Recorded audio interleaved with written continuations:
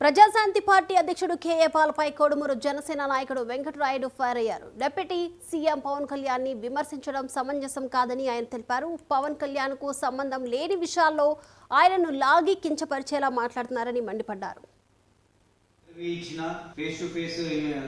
మాట్లాడిన పవన్ కళ్యాణ్ గారిని ఉచ్చరించకపోతే ఆయనకు నిద్ర పట్టదు. పాల్ గారు మీకు కూడా చెప్తున్నాము, పవన్ కళ్యాణ్ గారు కష్టపడి ప్రజల కోసము ఒక పార్టీ పెట్టి ఆ పార్టీని 10 సంవత్సరాలు ఒడిదుడుకులు ఎన్నో ఎదుర్కొని కష్టాలు నష్టాలు భరించి ప్రజల కోసం జనసేన పార్టీని నడుపుతున్నాడు. ఈ రోజు ఆంధ్రప్రదేశ్ డిప్యూటీ సీఎం గా పదవి బాధ్యతలు చేపట్టి సమర్థవంతంగా కూటమిని నడిపించడానికి ముఖ్య కారకులు మా పవన్ కళ్యాణ్ గారు అని చెప్పుకోవడానికి ఏ విధమైన సందేహం లేదు.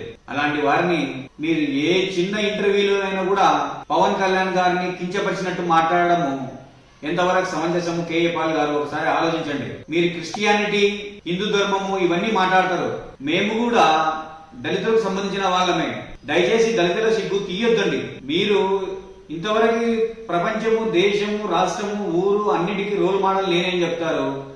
ఆ చెప్పుకునే దానికైనా కొంచెము ఉండడానికి మాట్లాడేటప్పుడు కొంచెం జాగ్రత్తగా పవన్ కళ్యాణ్ గురించి మాట్లాడితే, మా అధ్యక్షుల వారి గురించి మాట్లాడేటప్పుడు కొంచెం ఆలోచించి మాట్లాడడం మంచిదని మా హితవు.